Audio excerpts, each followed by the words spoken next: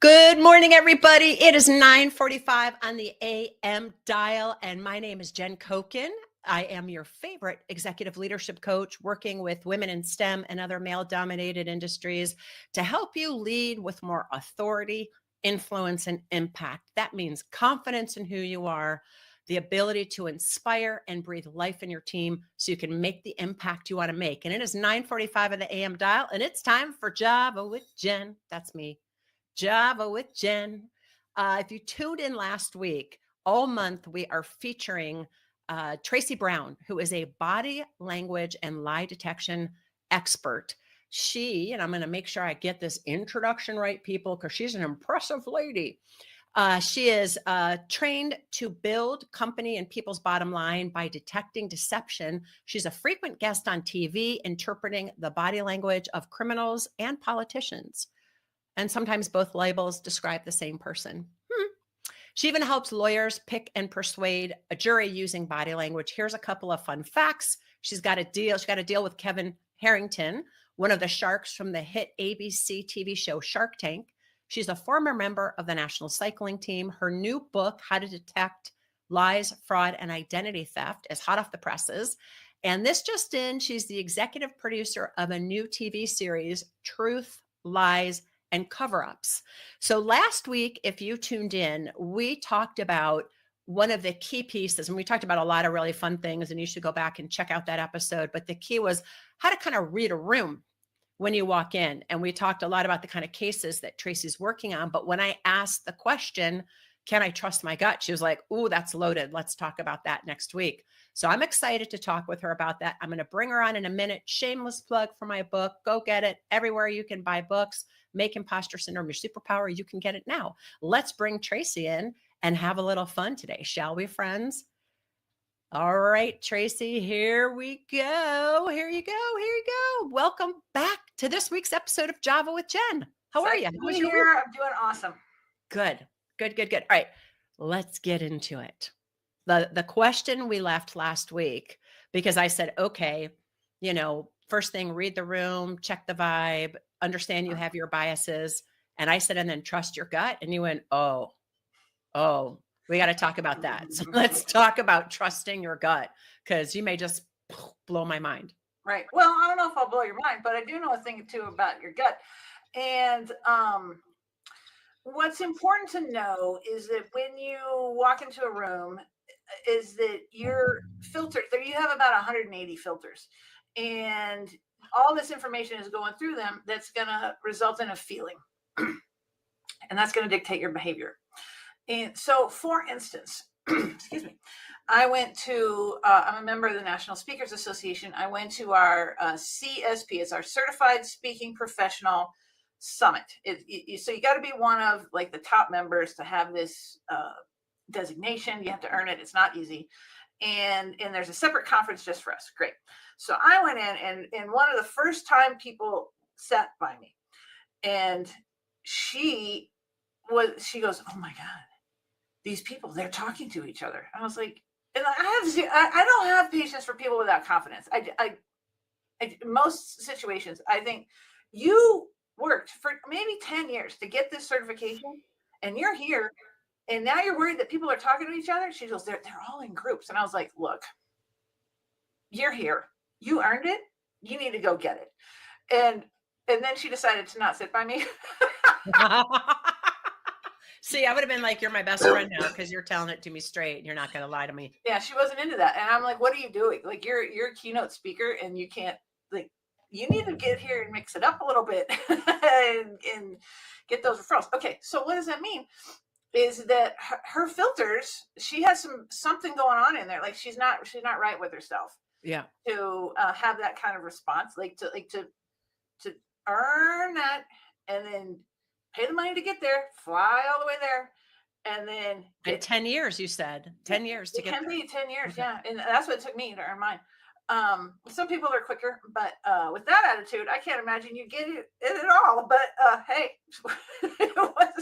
but why are you going to go through all that effort and then get there and melt down, right? And that is because of filters, right? So there's something going on in there that's for her that says it's probably a confidence situation where she's made a decision, probably not consciously, probably a long time ago, that turned that into a negative situation, which is like the most positive. The most successful people are there, and they want to meet you. And she couldn't quite do it. So filters happen because, like, we all have them, and we all have stuff that's great about us. We all have stuff that's less than stellar, and it has to do with the decisions and the emotions that are stored. And then the great news is you can change, but Right. most people don't think that that's a possibility, and they have very limited ideas for what could be different for themselves, because it's been this way for so long, and change is hard. No, change is not hard. You just got to decide to make the change, and you need a few tools to do it, to make it easier. Because let's face it, going to therapy has kind of a bad rap. I had a client come in because I used to do a lot of therapy and training with, you can call it therapy, I called it training. And I had one client that came in, and she said, well, I've seen my therapist 3 times a week for 15 years. And I was like, how's that going for you? Like, 15 years, 3 times a week? Making some progress. I was like, no, at what point, like, this is not working. This has not worked. Yeah, that's definitely not working. Right. So, but if it did, if therapists generally got results in one session, which it's totally possible to do, big results, depending on the modalities that you're using, well, guess what? That client doesn't come back. And that's a hard way to build a business. And I've seen models like this where, like, I need to see people 30 times. And I was like, not for me. So I mean, we're kind of off target here. However, filters are what causes the way we perceive, and our perceptions cause behavior based on basically old decisions that we make. Right. So wouldn't it be cool if you had some new skills so you can make some different decisions? There you go. And when everything that you're talking about is exactly what I talk about in my book, because so many people think imposter. I mean, the woman that you were talking about, the first thing in my mind was she's dealing with imposter syndrome, but it's not a syndrome.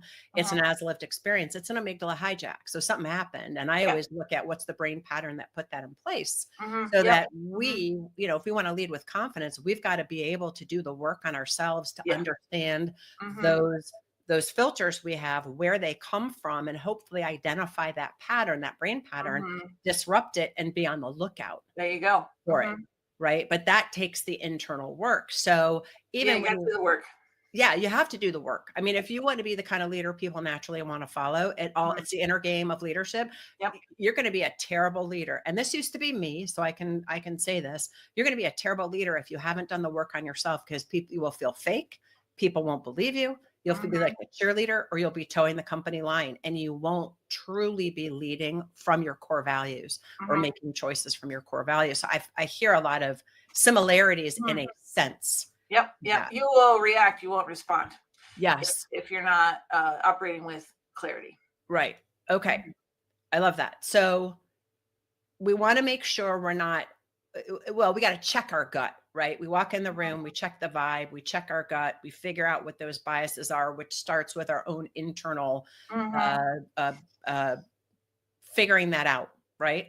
But then you also mentioned on last week's episode something about certain words give people away. Are there certain words in a corporate setting, in a meeting, let's say, not when you're, jury or child abuse case or child custody case, like not abuse, sorry, I shouldn't have said that, child custody case. But are there certain words that kind of govern all types of people, that if they say those words, you can pretty much count on they're not telling you the whole thing? Well, yeah. And so I think there's there's one overarching rule, and that is that there's no accidents in communication. People are always telling you how they're thinking. And if they choke on a word, right, it takes 6 organs for us to make a sound. And those organs will temporarily shut down when there's something, the body doesn't want to lie. And they'll stop you real quick. And what happens is we rationalize away a cough, or we rationalize away when someone just kind of, and it doesn't even have to be that overt. It can be the middle of a word. I've tried to coach actors to do it. It's incredibly difficult.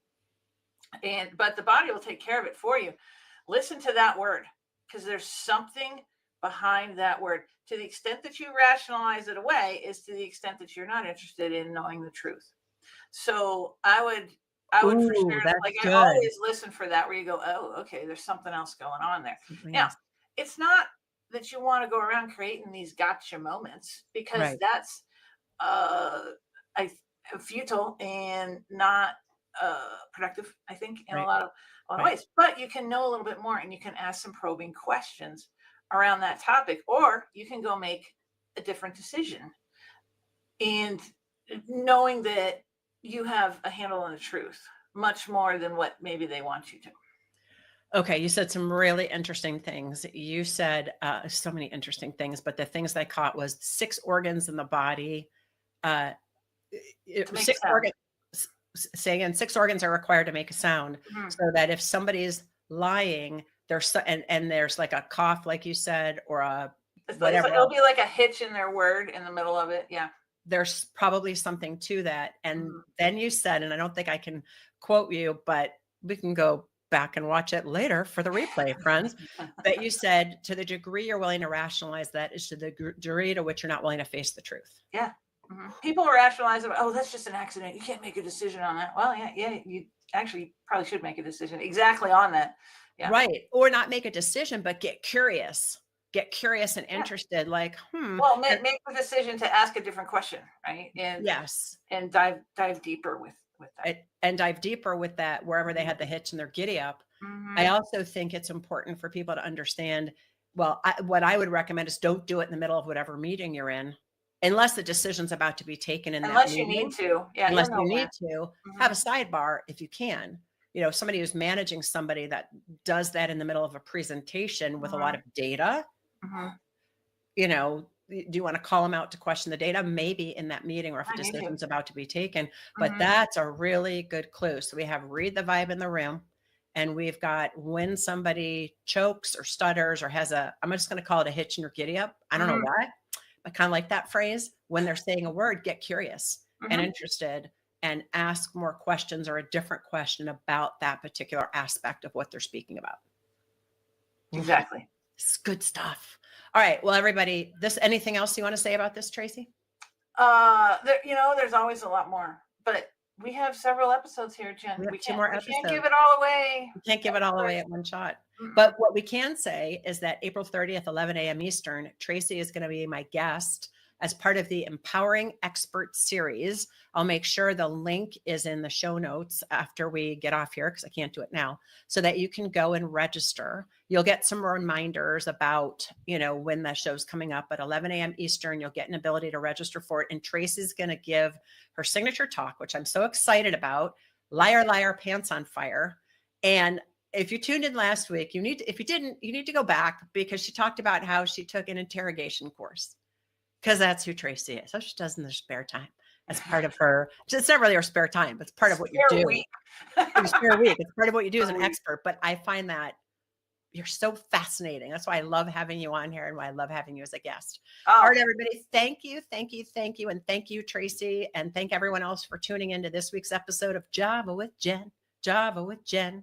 And we'll be back next week with some more clues, tools, tricks, and tips about how to spot liars, how to spot body language, so that you become more effective in the boardroom, in your meetings, and that not just in looking at it for everyone else, but also I feel like in figuring out whether you're lying in that moment when you're answering a question, right? Also, we can use these tools on ourselves, couldn't we?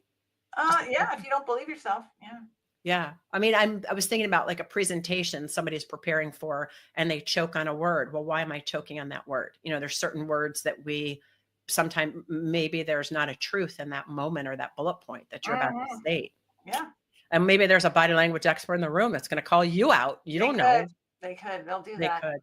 Exactly. All right, Traci, thank you so much for being here. We'll see everybody next week on Java with Jen. And oh, there we go. All right, everybody. See you next week.